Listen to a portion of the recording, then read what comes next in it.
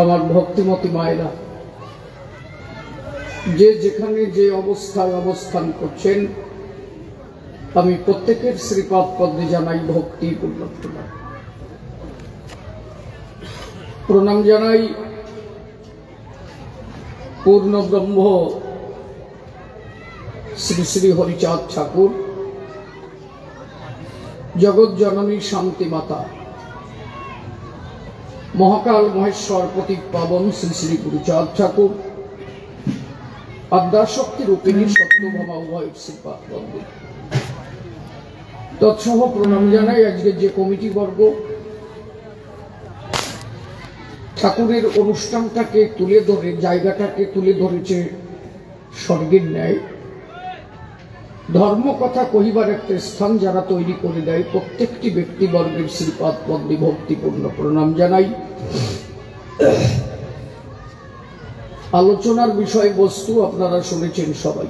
আমার সাউন্ড বোঝা যাচ্ছে কি? কথা পরিষ্কার আছে নাকি? বাহ, ঠিক আছে।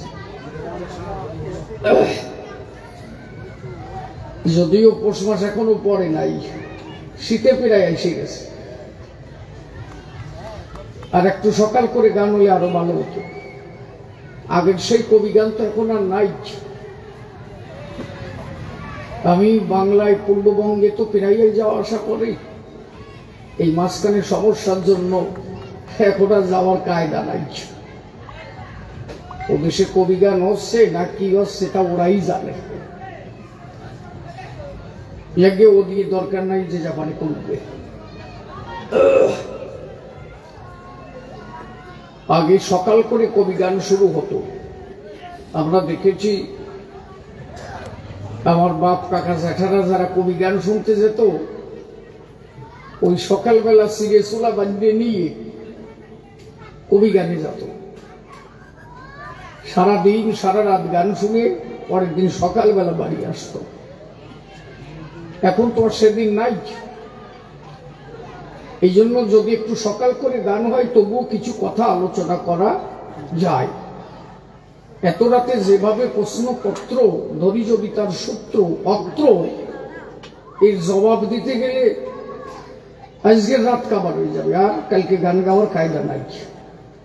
কিন্তু পরপর সিরিয়াল গানের তো আর কম নাই। কিছু লোক চেষ্টা করছে যাতে শিশিরের গান নষ্ট করা যায়। আমি গত পরশুদিনও গান গাইলাম দত্তপুকুর, তারপরের দিন গান গাইলাম কোন্নগর, আজকে এখানে, কালকে কোথায়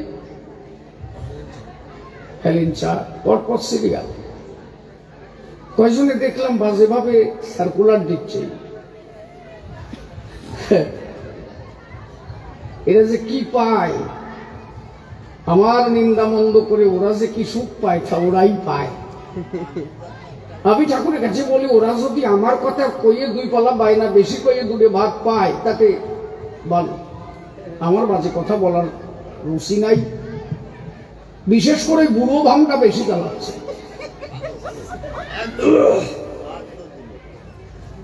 ওরে যে সম্মানের জায়গা রেখেছিলাম সে সম্মান ও আর রাখি নাই। ও যে কোনো জায়গায় গেলে আমার কথা না বললে বান্দর যত বড় মানে বুড়ো হলেও তার গাছে ওঠা স্বভাব যায়। যাক, ছাড়ো, যে যা পারে সে তার মতো চলুক। স্কেল ধরো। হরিবল। আলোচনার বিষয়বস্তু একদিকে বিধান চাষা আর একদিকে হরিবল সরকার। আমি হরিবল হয়ে জবাব করবো দান। আগে গিয়ে শোনাই ছোট্ট একটা গান। আসে নাই আমার ভাই লিনম্যান, আমার যে বেহালা বাজায় সে আজকে আসে নাই।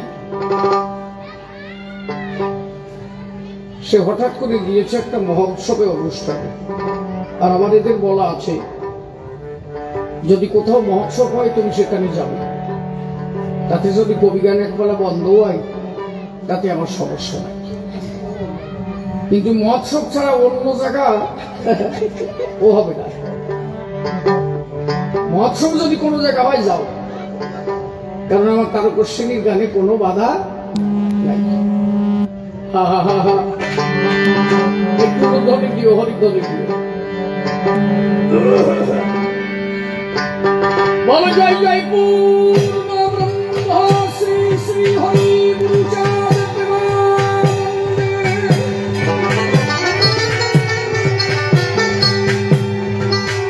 একবার হরি হরি।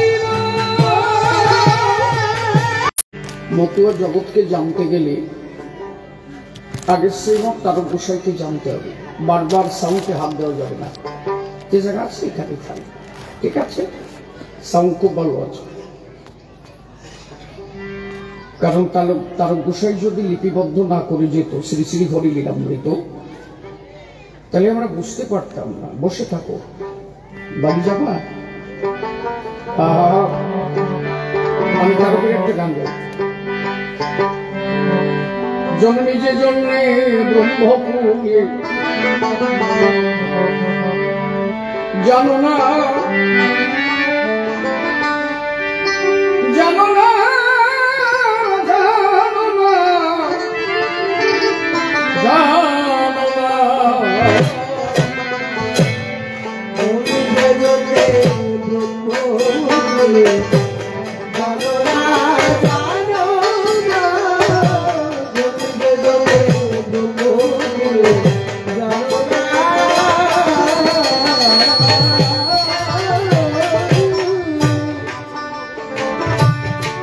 আমি আচরিত গত ধর্ম,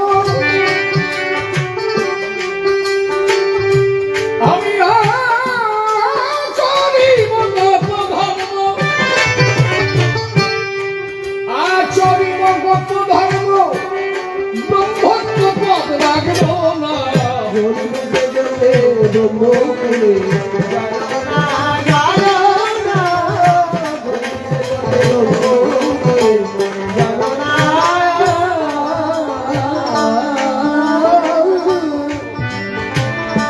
জীবের ঘটে না জীবত্ব, গৌরবেতে সদামত্ত, গুরুতত্ত্ব পরমার্থ সে তত্ত্ব কেউ নিল না।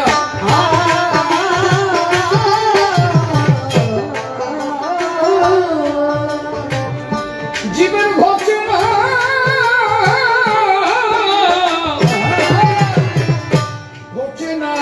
জীবত্ব, গৌরবেতে সদামত্ত, গুরুতত্ত্ব পরমার্থ সে তত্ত্ব কেউ নিল না।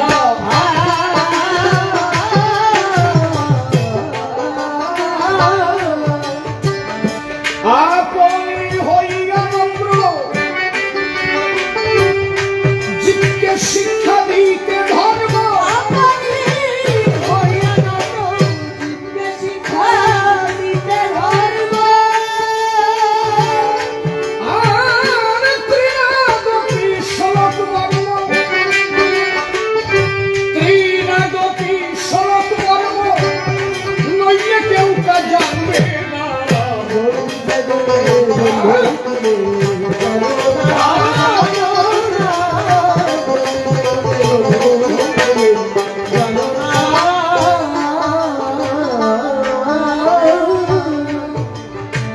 আমি কলদিয়া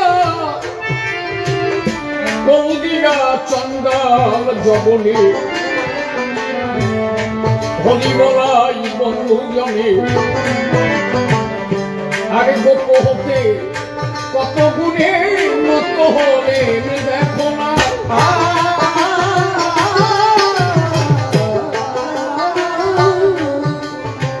আমি কলদিয়া চন্ডাল জবনে হরি বলাই বন্ধু জ্ঞানে, গোপ হতে কত গুণে নত হলে দেখো না।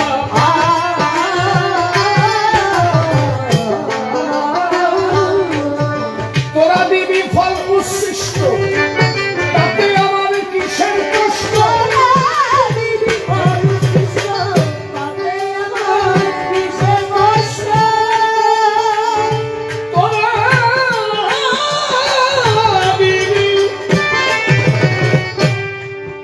তোরা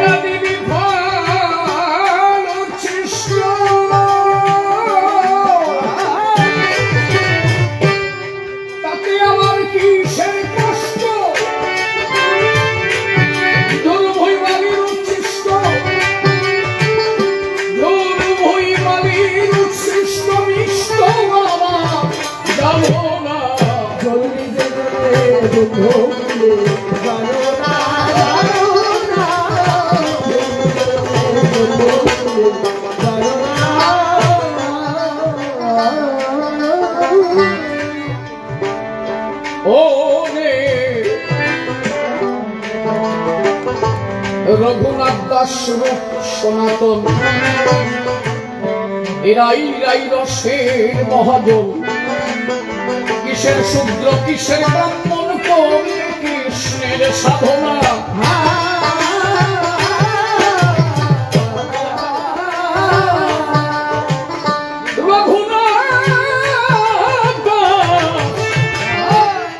রঘুনাথ দাস রূপ সনাতন এরাই রাই রসের মহাজন কিসের শূদ্র কিসের ব্রাহ্মণ কবিরে কৃষ্ণের সাধনা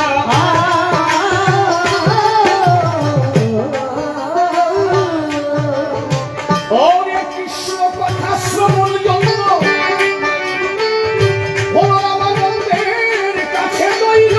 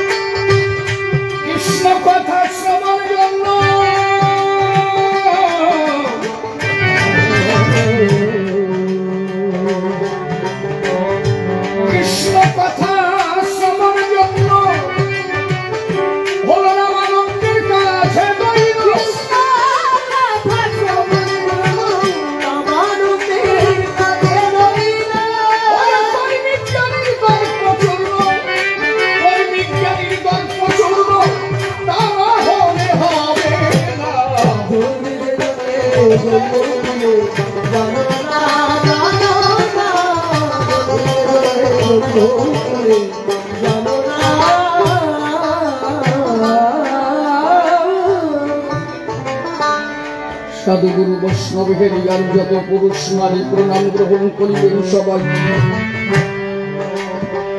কবি গান সংবাদ তবে কাছে কিংবা আছেন দূরে প্রত্যেকের শ্রীচরণে ভক্তিপূর্ণ প্রণতি যায়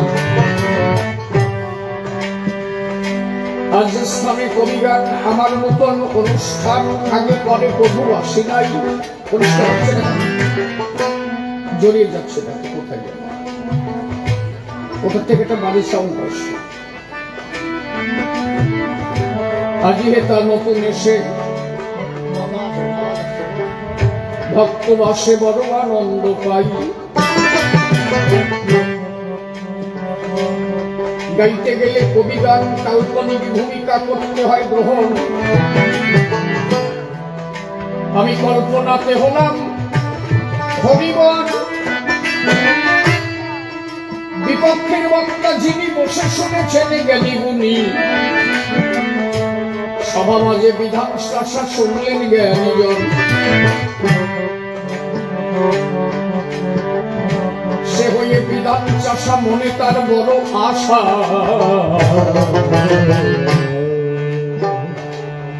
বিভিন্ন প্রশ্নপত্র করে গেছে তার আমি তাহার জবাব দেব অন্তরে আছে ভাব তার প্রশ্নপত্র শুনেছেন যত ভক্তজন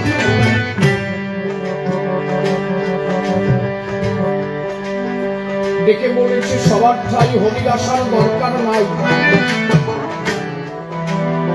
কি কারণে এর আমার হরি দয়াময় এমন কি দিতে কেন জীবের প্রয়োজন হলো অবতীর্ণ হলো আমার হরি ক্ষীরদশাই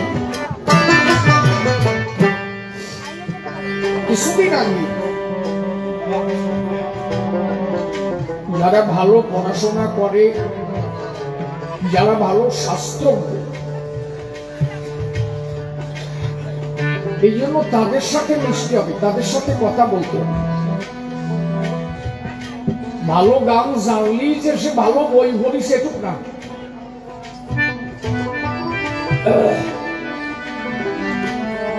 আমার সাথে একটা টাইম বিশদভাবে বাদাবাদি হয়েছিল।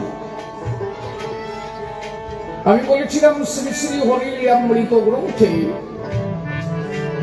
শ্রীমৎ স্বামী তারক গোসাই লিখেছেন, কি লিখেছিলেন? নন্দের নন্দন কৃষ্ণ গোলক বিহারী, রাম হচ্ছে বৈকুণ্ঠ বিহারী, হরি আমার ক্ষীরদ বিহারী। কয়েকজন আমার উপরে লাভ দিও, একই হরি এত বিহারী হবে কেন?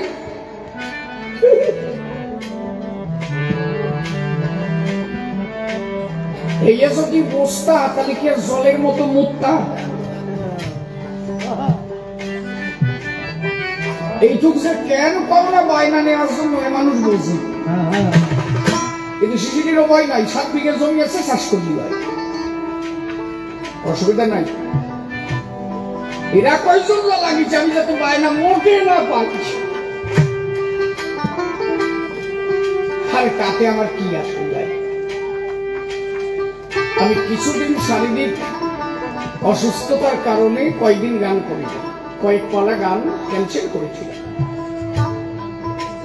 দিক দিয়ে সব ওরে বায়না দিলেও আর আসে না, ওরে আর বায়না করবেন না। হ্যাঁ, ফোন অন্য লোক ধরে, ফোন ধরে আমার এই ছেলেটা, আমি ওর কাছে বলছি বাবা তুই ম্যানেজারই কর, আমি আর বায়না ফোন ধরবো না। কেন? হ্যালো শ্রীবাবু, একবেলা গান গাইতে কত দিবানি? ও তুমি মতো মানুষ তো 1000-1500 দিবানি, এর বেশি হবে না।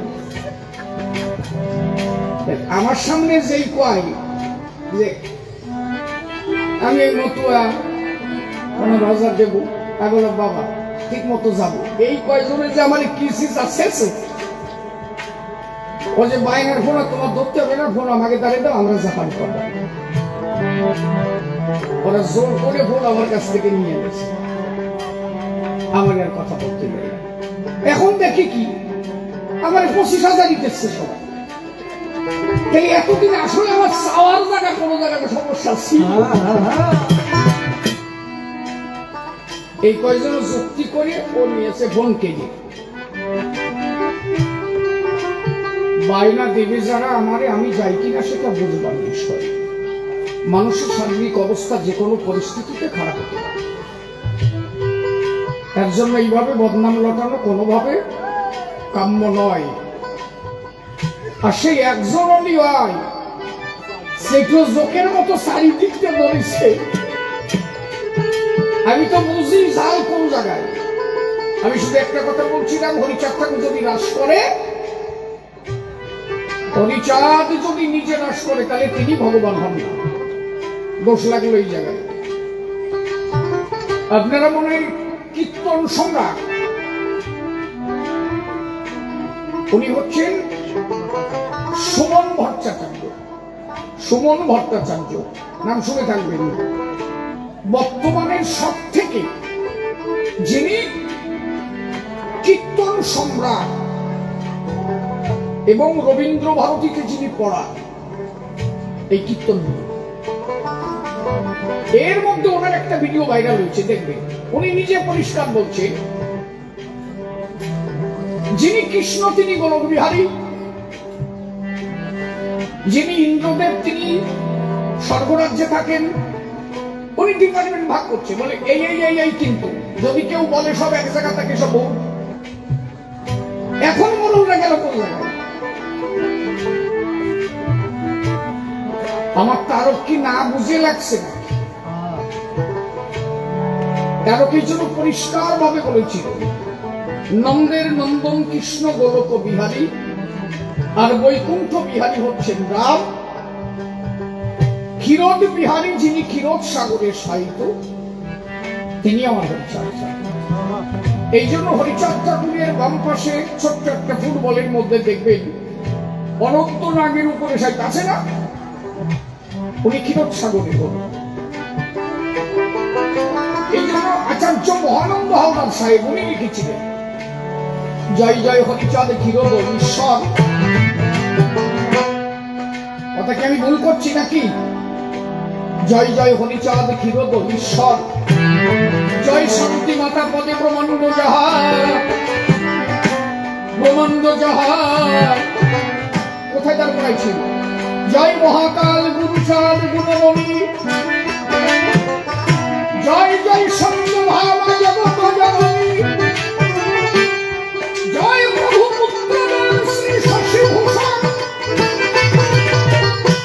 রূপে গুণে তুল্য যার মেলে না কখন। জয় জয় প্রমথ চাঁদ জগত কল্যাণ উঠিব নিখিল বিশ্বে তব জয় গান। জয় জয় তারক চাঁদ কবি শিরোমণি, হরিলামৃত রচি মাতালে নবমী। জয় জয় গোপাল চাঁদ মহিমা, দেব নাহি পারে নরে কি বা দিবে সীমা। তব করুণাই নাথ মাছি ধরা পরে হই, গুরুচাঁদ তত্ত্ব শিখাবে সবারে।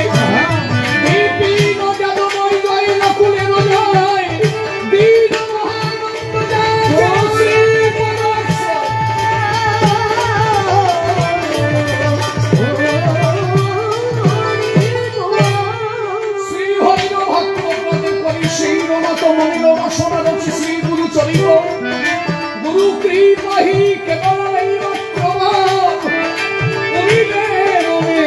সব জন্ম সফল।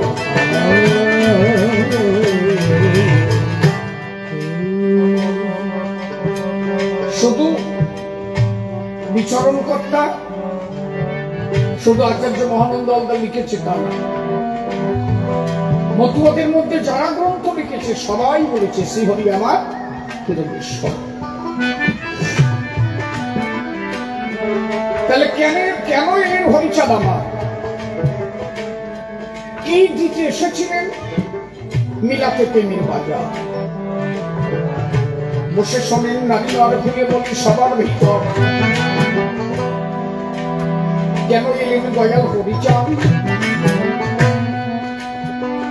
কি এমন প্রয়োজন ছিল? কেন ঠাকুরকে আসতে হলো? ধৈর্য ধরে বসে শোনেন ভক্ত জ্ঞানীজন। তারক আমার কলম দিকে জন্মি যে জন্মে ব্রহ্মকুলি জানো না, আমি আচরিব গোপধর্ম ব্রহ্মত্ব পদ রাখবো না। গোপধর্ম কি? গোপীদের মধ্যে যে ধর্ম বৃন্দাবন, তাই তো? বৃন্দাবনে যে ধর্ম, যে ধর্মের মধ্যে কোন জাতাজাতি ছিল না, সেখানে শুধু একটাই ভাব, তুমি যাকে ভালোবাসবে, কৃষ্ণকে যারা ভালোবাসবে তারাই কৃষ্ণ সেবা দেবে। সে মুচি হোক, মেতর হোক, যেই হোক, ভগবানের কাছে কোনো পার্থক্য নেই, সব একাকার হয়ে গোবিন্দ সেবা দেবে।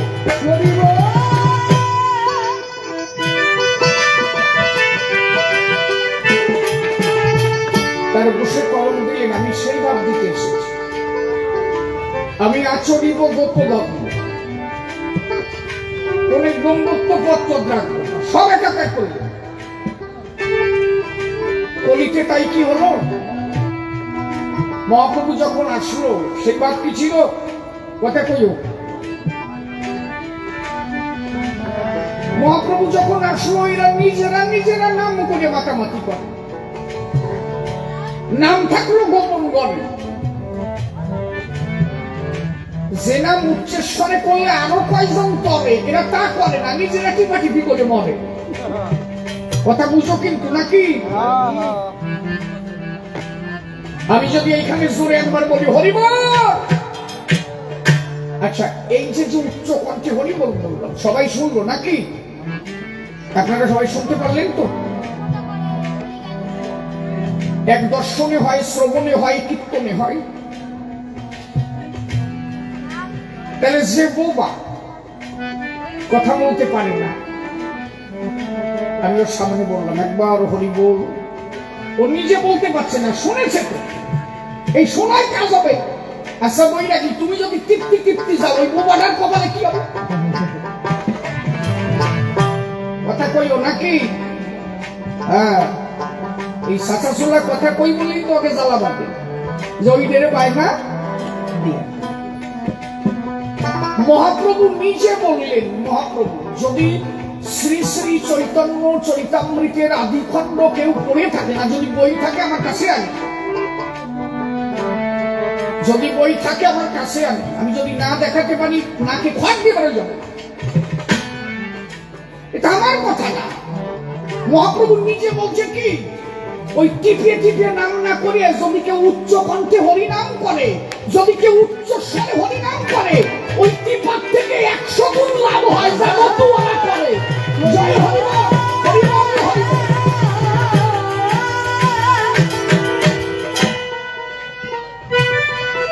মহাপ্রভু নিজে বললেন যারা এই যে গোপনে টিপে হরিনাম করে, এর থেকে যারা উচ্চ কণ্ঠে হরিনাম করে তারা 100 গুণ ফল লাভ বেশি পায়। মহাপ্রভুকে জিজ্ঞাসা করলো আপনি এটা বললেন কেন? মহাপ্রভু বললাম কেন জানো, যে টিপে টিপে একা একা গায় সে একা একা করে, এটা স্বার্থের বেশি ভাব। কিছু কিছু লোক আছে দেখবা কোটি কোটি টাকা কামাবে, একা একা খাবে, পাশের বাড়ির লোক বিক্রি খাবে, তাও কবে না বাইরে ওই দূরে সুমো মাছ তোলে দিলাম আজকে রক্ত রাখা আছে কিনা? এই ধরনের লোক আছে কিনা? এইরকম দিন ভরে একা টিপে বেড়াবে, পাশের লোক যদি নাম শুনে যায় তাহলে বেতাল হবে। আর মহাপ্রভু বললেন না, এটা করে না, তুমি উচ্চ কণ্ঠে হরিনাম করো, তোমার নামের ধ্বনি যদি সমস্ত জীব জগতে ছড়িয়ে পড়ে, একটা গাছের উপরে পক্ষী বসে আছে, ওই পক্ষীও যদি ওই হরিনাম শ্রবণ করে, ওই নামের দ্বারা পক্ষী হয়ে গেলেন।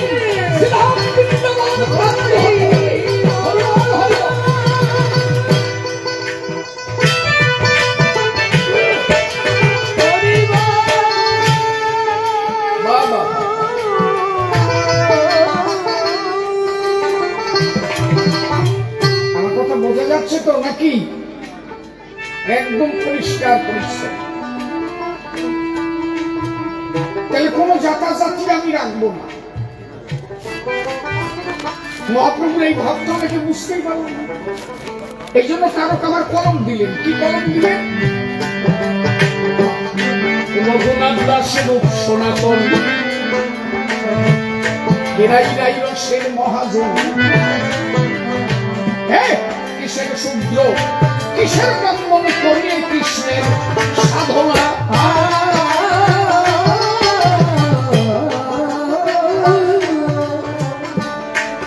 এরা সব কয়জনই তো শুদ্ধ, তিরাই তো রাই রসের মহাজন। এমনকি মহাপ্রভু মানুষ পেল না একটু হরি কথা শুনবে বলে, লক্ষ্য দিয়ে শোনে। এই দুজন চলে যায় কেন? কি হয়েছে নাকি? ওরা ওই দলের লোক নাকি? ও আমি গানে উঠলি 2 জন যাবেনি, কিন্তু যারা বসবে না তারা বসে থাকবে। ওই আর একজন আটে মনে এটা নিয়ে ধর গেল রে, ধর আরে ধর ধরিয়ে বসা।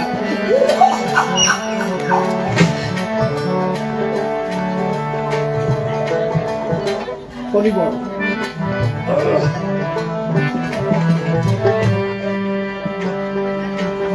মহাপ্রভু কি রে, মানে এগুলো কি কার বল? ও সাইলেন্ট করে বসা।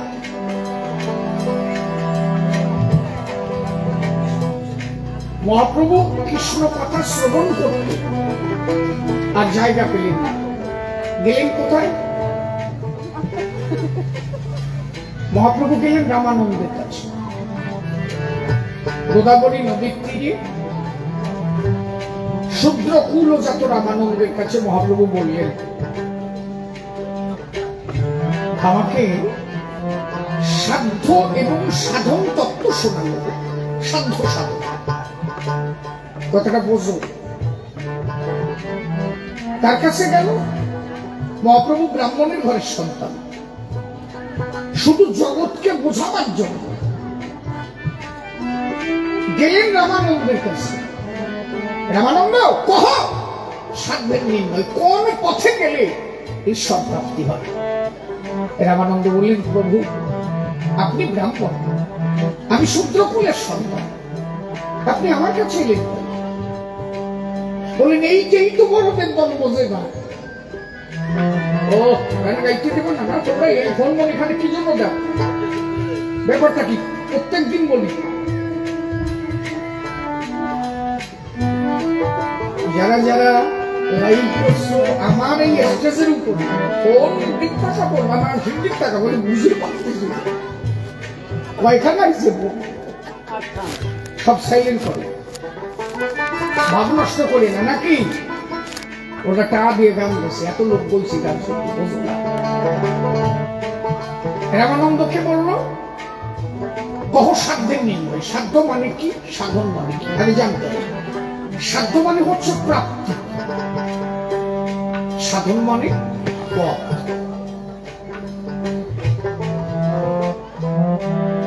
আমি কোন পথে গেলে গোবিন্দ প্রাপ্তি হবে?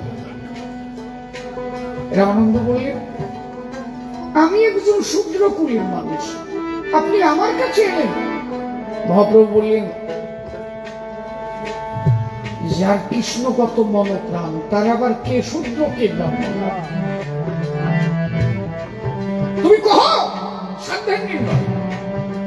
রামানন্দ বললেন, আমি তো অত বুঝি না, যতটুকু বুঝি তাই কই। কহে প্রভু, কহে পরশলোক সাধ্যের নির্ণয়। রায় কহে সধর্ম আচরণে বিষ্ণু ভক্তি হয়, বিষ্ণু ভক্তি হয়। কোথায় আছিস? বিয়ে টিয়ে করবি নাকি সামনে নাকি? প্রভু কহে পরশলোক সাধ্যের নির্ণয়। ভাবনষ্ট রায় কহে সধর্ম আচরণে বিষ্ণু ভক্তি হয়। প্রভু কহে ইহবাহ্য আগে কহবাদ। রায় কহে সধর্ম ত্যাগ, স্বধর্ম ত্যাগ সর্বসন্ত সব। প্রভু কহে ইহবাহ্য আগে কহবাদ। রায় কহে কৃষ্ণে কর্মার্পণে শান্ত সার। প্রভু বললেন, ইহবাহ্য আগে কহবাদ। রায় বললেন, জ্ঞান মিশ্রা ভক্তি সাধ্য সার। কি বলছেন? আমি এই জায়গাটা একটু বোঝাই। আলোচনা তো বৃহৎ, যা প্রশ্ন হয়েছে জবাব দিতে রাত কাটিয়ে যাবে। লোকজন থাকবে না, তাইতে দুইজন আটা আছে, এরপরে আর কয়জন যাবে ঠিক নাই। তবে যেটুক সময় দাঁড়াবো, বাজে একটা কথাও কব না, ধর্ম আলোচনা নিয়েই থাকবো। কারণ আমার আর বয়সও নাই বাজে কথা, কখন কি চলে যাবো ঠিক নাই, কোন সময় সরাত করে চলে যাই। কয়জনে তো চারশো সালা মরলি পাইছি, অতটা আগে যদি দেয় তাও বিয়ার কি হবে, খাও বা কি হবে। জ্ঞান মিশ্রা, জ্ঞান যুক্ত, জ্ঞান যুক্ত ভক্তি, মানে জ্ঞানও থাকবে ভক্তিও থাকবে। বলছে না, এর দ্বারা ঈশ্বর প্রাপ্তি হয়। কে বলেছেন? মহাপ্রভু। জ্ঞান মিশ্রা ভক্তি শান্ত সার। মহাপ্রভু বললেন, হয় হয়, জ্ঞানও থাকবে ভক্তিও থাকবে, তাতে ঈশ্বর প্রাপ্তি হয়। কোন জায়গা হয়? বললেন জ্ঞান শূন্য ভক্তি শান্ত সার। মহাপ্রভু বললেন, এইবার হয়। আচ্ছা, আপনার মধ্যে যদি জ্ঞান না থাকে, আপনি মালা টিপতে পারবেন? কথা কবেন? ওই যে পুঁতি থাকে, একটার পরে একটা টিপতে হবে। জ্ঞান না থাকলে একটার পরে একটা দত্তিতে সাইডে ধরা পড়ে যাবে না নাকি? না হাসিয়া পড়ে, মানে কবে?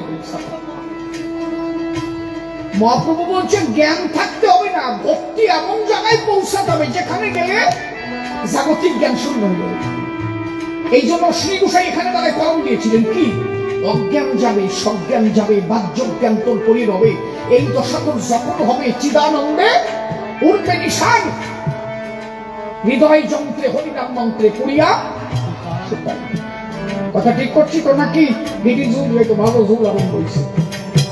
আরে পাকা মতুয়া না বুঝে যাবে কনে কব। তাহলে মহাপ্রভুও বলেছে তাই, জ্ঞান শূন্য ভক্তি শান্ত সার। আর আমার অশ্বিনী গোসাই বললেন অজ্ঞান যাবে সজ্ঞান যাবে বাহ্যজ্ঞান সব পড়ে রবে। এই দশা তোর যখন হবে চিদানন্দ রূপে নিশান। ও বইলে গীতারি মালা খেবো কেন?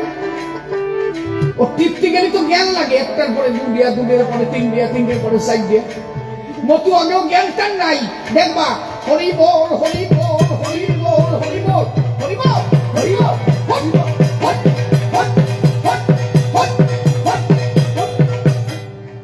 এই হরি বল দিতে দিতে দিতে দিতে এমন একটা স্তরে চলে যায় আর জ্ঞান থাকে। কথা কইল দলাই ছিল ওই জায়গায়, কয়জন পড়িয়ে ঘোরাঘুরি গেছে না, বাসুর দলে বৌমার পায়, বৌমা দলে বাসুরি পায়। তার মানে কি তখন আর জ্ঞান টান নাই, কি না কার ভাসুর বিশ্ব জগতের সার্বভৌমিতে তখন তার হরিময় জগৎ হরিময়।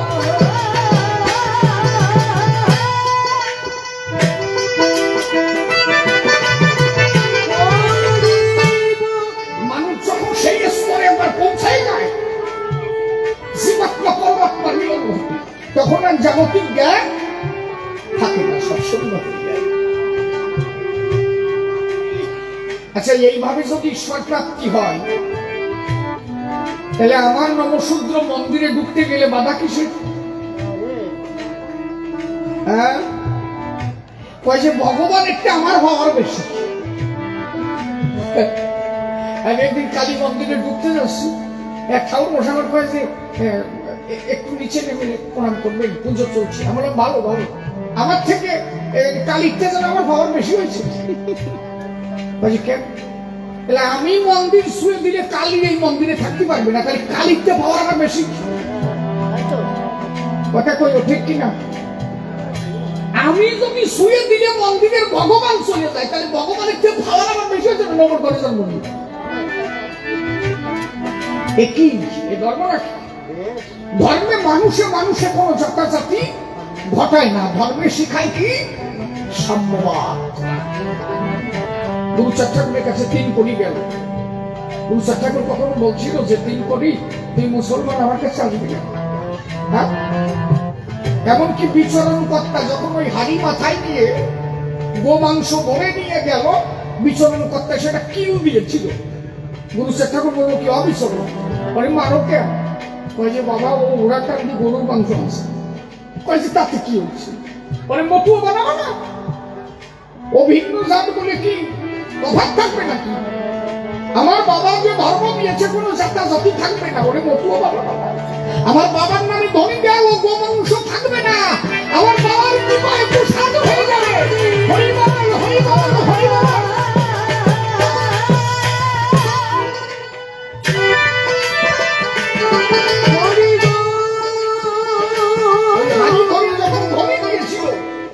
হাড়ি খুঁড়িয়ে তাকে সব ফুল বা পোষা হয়ে গেছে, গোমাংস নাই। 3 কোটি দিয়ে দেখালো যে আমার কাছে কোনো জাতি নাই। মহাপ্রভু চেয়েছিলেন সাম্যবাদ দিতে, কিন্তু মহাপ্রভুকে বাধাপ্রাপ্ত করা হল। পরিচর্যা করে এই জন্য তৈরি। আমি একটা জিনিস বোঝাই পারলাম, কত বৈষ্ণব ভাই এখনো এরা যে নিন্দা করে। আরে হরিচাঁদ ঠাকুর আসার আগে সবই তো বইয়ে গেছিল। কথা কইল হরিচাঁদ ঠাকুর আসার আগে সব বইয়ে গেছিল তো, তখন মতুয়া ধর্ম কোথায়? যশবন্ত বৈরাগী, তখন ঠাকুর আবির্ভূত হন নাই। যশবন্ত বৈরাগী রাধা গোবিন্দের পূজা, তাহলে কৃষ্ণ পূজা যশবন্ত বৈরাগী দিয়েছে, মারা হলো কেন? তুমি নম হয়ে হরিচাঁদের নিন্দা করো কি করে? বোঝো না? যশবন্ত বৈরাগী তখন হরিচাঁদ ঠাকুর আবির্ভূত হয় নাই। রামকান্ত বৈরাগী তখন হরিচাঁদ ঠাকুর আবির্ভূত হয় নাই। রামকান্ত কার খাতি হবে?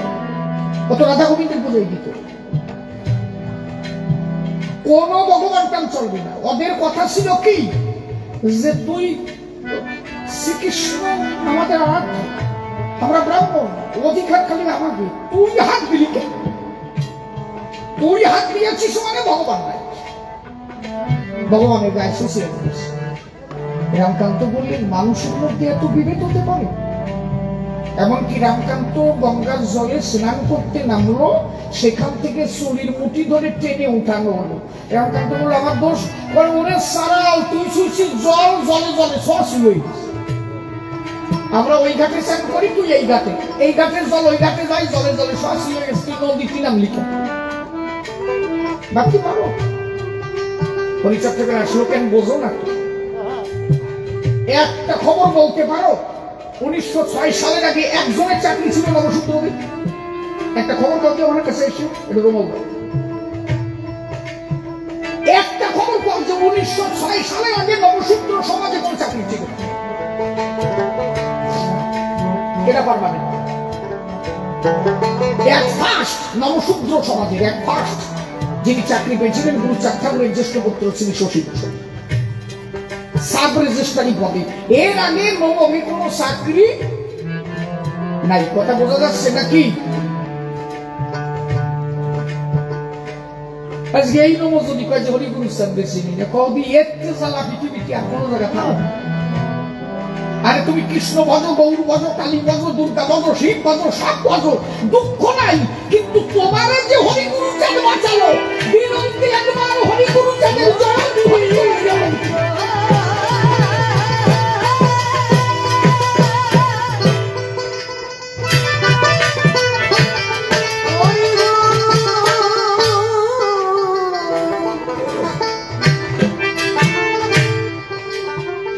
আমি যেখানে দাঁড়াই কবি গান গাচ্ছি,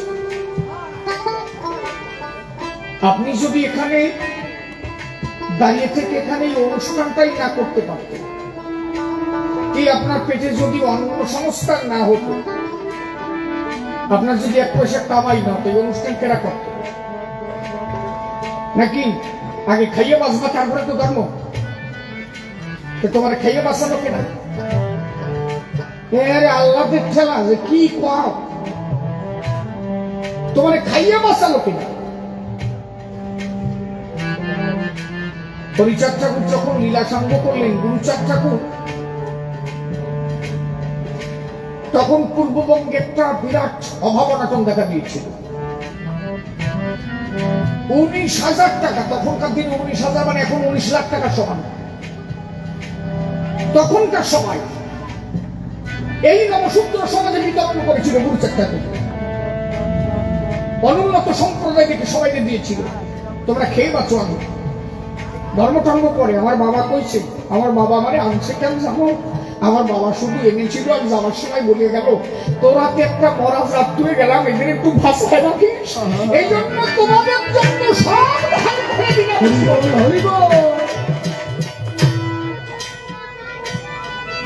পাশের বাড়ির একটা লোক না খেয়ে থাকলে তাকাই দেখো না, পাশের বাড়ি একজন ব্যক্তি না খেয়ে থাকে একবার তাকাই দেখো না, তোমার ঘরে তো চাল ডালি বড় এক অক্টের চাল ডালি দাও না। গুরুচাঁদ ঠাকুর এমন কি দায় ঠেকছিল যে 19,000 টাকা তোমাদের মধ্যে বিরতি গেল। কথা কি খারাপ করছি নাকি আমি, নাকি কথা কইও?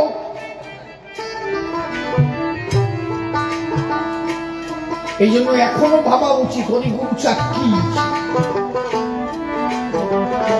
আজকে ঠাকুর যদি না আসতো, এখানে দাঁড়িয়ে অনুষ্ঠান করা সম্ভব হতো না। তাহলে কি জন্য এসেছিল? সাম্যবাদী ধর্ম দিতে।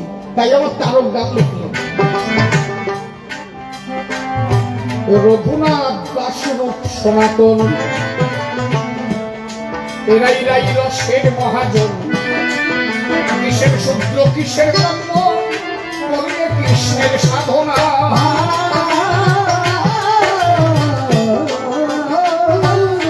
কৃষ্ণ কথা শ্রবণ জন্য রামানন্দের কাছে রইল, হরি হরি বল হরি বল হরি বল হরি বল।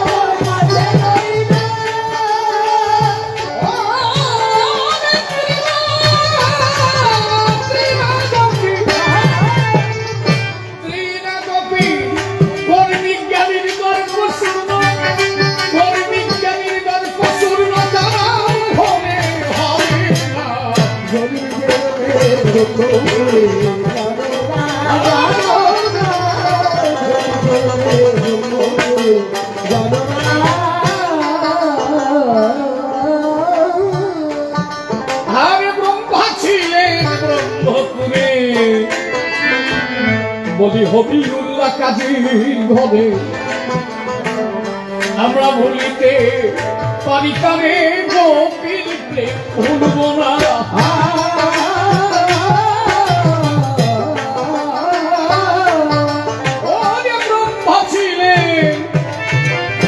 ব্রহ্মা ছিলেন ব্রহ্মপুরে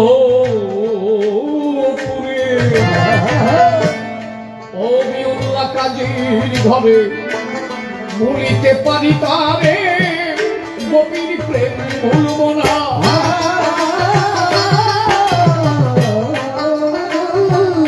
ব্রাহ্মণে মান্য গোপী তবু বলি গোপী গোপী ব্রাহ্মণের মান্য গোপী তবু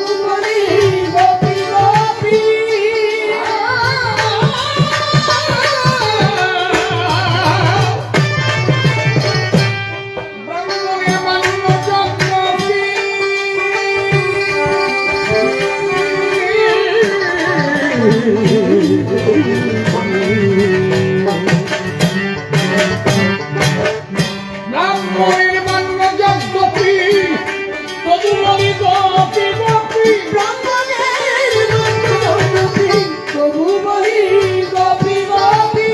আমি করতে গেলাম গৌর রূপী করতে গেলাম গৌর রূপী গৌর প্রেম পাশনা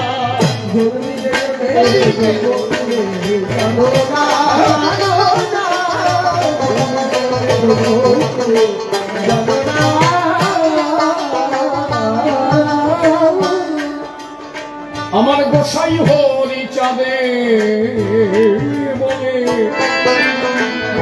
সেই গোকুলের কোন পাই যে কুলে প্রেম দেবতা হৃদয় তুলে যাবে মনের বেদনা।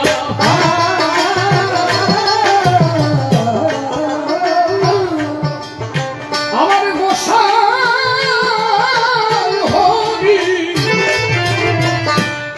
গোসাই হরি চাঁদে বলে গোকুলের কোন পাই যে কুলে আমি প্রেম দেবতা হৃদয় তুলে যাবে মনের বেদনা।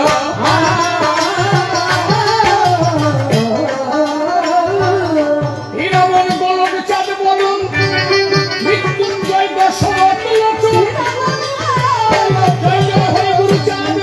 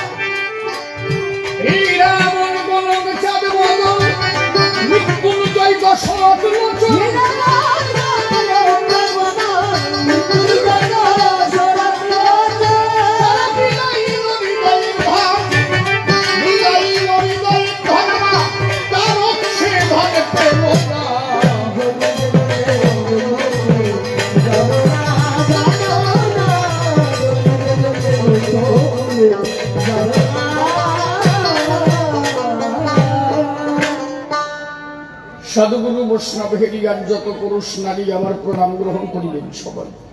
কবিগান শুনবার তরে কাছে কিংবা আছেন দূরে যে যেখানে যে স্তরে বসে আছে প্রত্যেকের শ্রীপদ পদ্মে ভক্তিপূর্ণ প্রণতি জানাই। আজ যে স্থানে